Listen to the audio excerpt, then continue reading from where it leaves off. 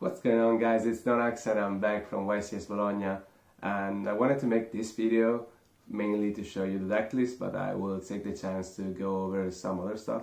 So it will be divided into 3 segments. The first is the deck profile itself. Second is some combo lines that I kept secret before the YCS, and then I will tell you about how it went and what did I lose to how the deck performed. So let's just dive into the deck profile. And first of all, you have the tokens, the most important thing. So here you have the tokens and field center. And then the actual deck profile. So triple Fenrir, triple Ash, triple Impermanence, and 1 talents for my non-engine. This deck only has about 10 non-engine slots. I wouldn't go over that because otherwise you lose consistency, and that's not what you're gonna do. You want to keep your non-engine as small as possible because you want to break boards with your actual engine. So if you start going over these numbers, you struggle, break, you start losing going first, and this is not what you want to do. Then we have the first engine of the deck, is the Brave engine. So triple Right, triple Enchantress, the Griffin, the 2 bricks, the honorary Brave cards, Foolish Burial. What I want to say, this engine is very good, especially against Rescue Ace, because they cannot do anything against your token. They cannot book it, they cannot impermanence it. It's bigger than SP, so this really helps in that matchup, and it's the reason why the matchup is actually favorable for us. Then you have the Synchron engine. We have 2 Jets, 1 Assault, 2 Revolution Synchrons, and then we have 2 Stardust, 1 Trail, 1 Illumination, and for consistency, triple tuning. It's the minimum required. You can play the 3rd Jet, you can play the 3rd Revolution, but actually I think this is just enough. If you start playing more while keeping the deck at 40 or the 41, as in my case, you will draw too many tuners and you cannot do anything, because to synchro summon you need a non-tuner and a tuner. So that's it for the Synchrons. And the last engine of the deck is the Sinful Spoils cards. So I'm playing triple Diabellstar. The reason is because I want to max some consistency, and so Diabellstar is at 3 and the rest of the engine is standard, triple Wanted, and 1 original Sinful Spoils. This card is broken, and the draw is especially phenomenal for when you go second and you start breaking the board. They deal with this and this, then you draw 1. It's so beautiful to have these tools as disposal. And the last 2 cards of the deck are Synchro Rumble and Junk Servant. And you will see better why am I playing these 2 cards. So basically, this is the reason why triple Diabell is so good, because Diabell plus anybody, Fenrir for example, Fenrir would be the best case, but with anybody, it doesn't require anything else, it can make speeder. This allows some niche lines with, for example, Stardust and Right, and it's especially good in Diabell plus Stardust when Stardust gets negated. So it's a good card that you will see why I'm playing later in the second section of the video. So for my Exo deck, there's 1 Herald, 1 XL, 1 Junk Speeder, of course, best card of the deck. Then you have Stardust Charge, Moonlight Rose, XL Synchro Stardust Dragon, second best card of the deck. This card is nuts. Like, I've resolved, every time I resolve this card I win the game, and it's more important than Speeder going second. So you gotta really respect this card, and especially know what it does, because for some reason a lot of people didn't know what this card does. Regular Stardust, good to allow your XL Stardust to tag out and make Speeder immune, or whatever you want to make it's immune. Then Omega, Crystal Wing, Croc, really important, play this card. And then Bayron, Dispatter, Centurion Legatia, can be something else, but actually this is the best Synchro 12 to play alongside the other two packets, the Toxic, Crimson Dragon and King Calamity. So this is the extra deck, as you can see, all whites as we like. And then the side deck, it's pretty straightforward. Triple nib and triple draw for the combo heavy matchups. Nib was incredible, draw was incredible. I didn't regret playing this. Then 4 Bestials, because I was expecting a lot of Sea Element and a lot of Labyrinth, and I was fucking right, but I didn't play them in the main event, so yep. Then triple Spellbound. This card is actually nuts.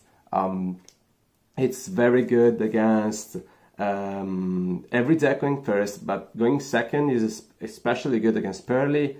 It's good against Fire King, it's good against Centurion, it's good against Chimera, it's good against Plunder, and this card is just the best going first card of the format, because it's applicable going second as well. Then 1 Duster and 1 Silence, pretty self-explanatory. So let's go into the second portion of the video. So the first line that is not actually secret, but it's the reason why I'm playing the Junk Servant, is, for example, as I mentioned, Fenrir and Anti-Belster. So in this line you go Fenrir, you search another Fenrir, and it's just here, and then you can just pitch Fenrir for the Belster effect.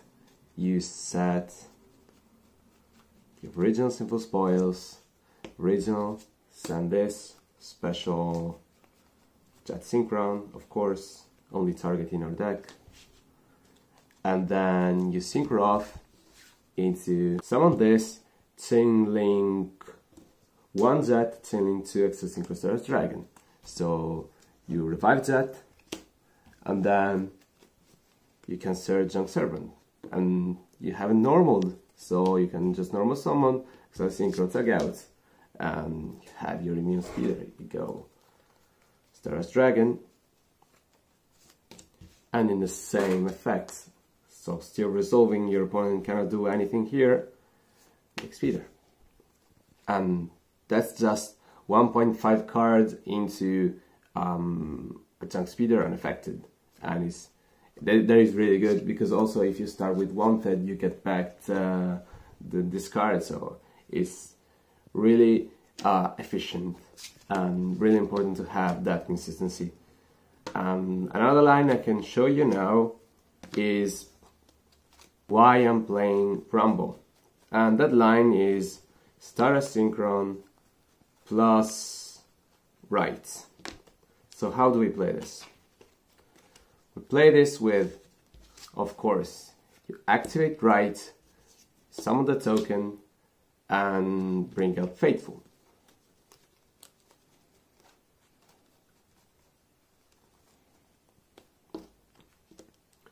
So now you can, let's say we don't have anything else, you would normal Stardust, this searches Dracoback, there it is. And then this searches Enchantress and pitch Dracoback re-equip. So you special this, and now what you want to do is synchro off the token and Stardust Synchron, and you make Exo Stardust. Then you can tribute the Enchantress, the special back Stardust, and search Illumination. You have Illumination in your hand. Activate Illumination, summon the second Stardust, not Trail, the second Stardust, and then you can go into Rumble with these two. So this is banished, this goes to graveyard, and you have your Crimson Dragon, and Crimson Dragon searches Rumble. And then activate Rumble, revive this in defense, don't cheat, you have to revive it in defense, and we can just make the Legatia, Legatia, I didn't even know how to pronounce it in English. In Italian it's Legatia, so I will pronounce it in Italian. You draw one, that is not important for the combo, but this is Calamity setup, without going for speeder, without needing Shooting Riser in your extra deck, with just Stardust and Rides. So you have Stardust, Tia Bellstar, and for example Assault Synchron, but it works in other cases as well. If your speeder gets negated, you can again make to a Calamity line by using these 3 cards, or something that can provide the same bodies on the field, but Stardust is pretty important in this line. So for example, you would normal summon Stardust, search Illumination, and the Yash. For some reason the Yash here, so that's fine. You go Special Diabel, pitch 1 card, doesn't matter what. You set the original Simple Spoils, and then you Special Assault. Then you have original Simple Spoils, sending Assault, and Special Summoning Jet. Now these two make a Synchro 8, and again you go through Exile Synchro Stardust Dragon, so you see how important is this card. Exile Synchro Stardust, you revive Jet, do not revive Assault because you need in graveyard, and you don't search with Jet because you did normal, so there would be no point in searching Junk Servant. From here you can just use this effect to tribute special the OG Stardust, and then synchro these off into Crimson Dragon. And now you have Assault Synchron Chainlink 1, and if you're not on the draw or something like that, you can also search Rumble with this. But let's say we're not playing Rumble because it's not even needed in this line. If you didn't have Assault but any other body, for example a Drekabek, a leftover Fenrir or whatever, you would actually need to search Rumble. In this case we have Assault Special Back Stardust, Stardust tributes Jet, and then this is banished, this goes to graveyard, and then you have Legacy again.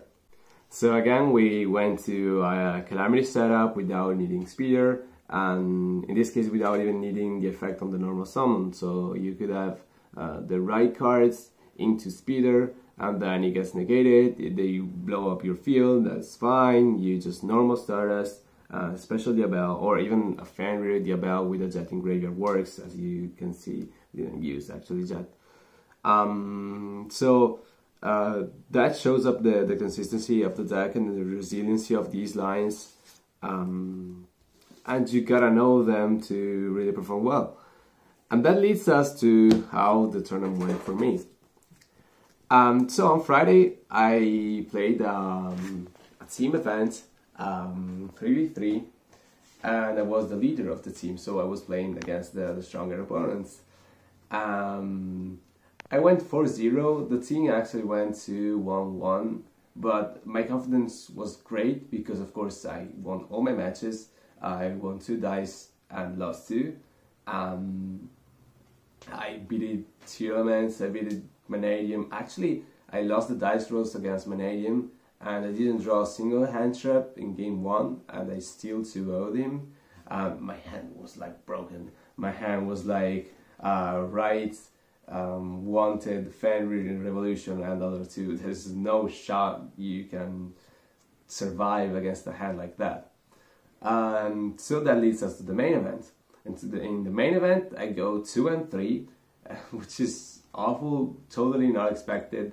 I lose against a guy on Centurion where I did a funny line where my Crimson Dragon targeted his own Legacia to special my Calamity during his turn. But he had Druidstorm, he drew Druidstorm for turn, and they didn't have anything to back up. He had the whole Horus cards going on. I kept my hand traps for to beat the Calamity lock. My hand was not that good. I just passed on Crimson targeting Legacia for Calamity. It goes Druidstorm, Link up for SP, and then Druidstorm effect pop Calamity, go for game, and he could make 8,000 damage to me. And then the other matchup I lost, it was against Adventure Planet Patrol, which is like, if we play against 100 times, I lose maybe once. I lost because my tuning milled the original Simple Spoils. I had Diabellstar in hand. I went tuning before Diabellstar because I wanted to see if I milled an Enchantress, and that would have changed my line entirely. But if I just went conservative and Diabell pitched something, and then normal Stardust effect, tuning Stardust effect, it would have been game. And the last loss was against Rescue Ace, where I lose the dice, and I didn't draw right game 1, and so I scooped because my hand was good for going first, but was not good enough for pushing against a full Rescue Ace board with Baron and SP. And then game 2 I just win and obliterate him through double impermanence and Ibiru. He was like, how did you not lose to this? Like, the deck is just that good at pushing. And then on game 3, again, I do not draw right, I do not draw Enchantress, so I tried to push through this board, but it was just not enough for his full board and non-engine. That got knocked out me from the tournament, so I played in a side event on the Sunday. Sunday I played the final Mega Challenge, and I went 4-2. I lost to Unchained because on game 3 he had Shifter and I didn't have any tuners. So we went into a grind game where I made a small mistake, but I don't know if actually that mattered. And then I lost against Kashtira, who really high rolled me. He was like, the game I went first, he had in hand Shifter, Mourner, to stop my combo. I still land on Baron Despatter, and he has Unicorn Birth, Fenrir, and dropped it. I was like, dude, that's better than full power Kashtira. So I got high rolled then. But overall, those was my only losses. I'm pretty happy with the deck, how it performed. It sucks that I lost in the main event against in those circumstances, but I either got high rolled or I just got unfortunate basically, and that's it. You can minimize the probability of that happening with deck building, but you cannot avoid it entirely. I wouldn't change anything of my deck. I think it was perfect. Servant was not searched many times, and same as Rumble, but I never breaked up on them. Actually, Rumble once had me pushing, and same for Servant. There was one game where I only had Diabellstar and Servant, and what do you know, I pitched something, then original send away Diabellstar, normal Servant, and make speeder, and your opponent better have hand traps, because if they don't, you go full combo and you just win. It doesn't matter how bad it was your start. So, had a lot of fun, met a lot of fans, a lot of friends as well. I got to know people from the server in person. It was really an amazing experience. Yeah, see you on the next event. Hopefully we can top this time. Bye.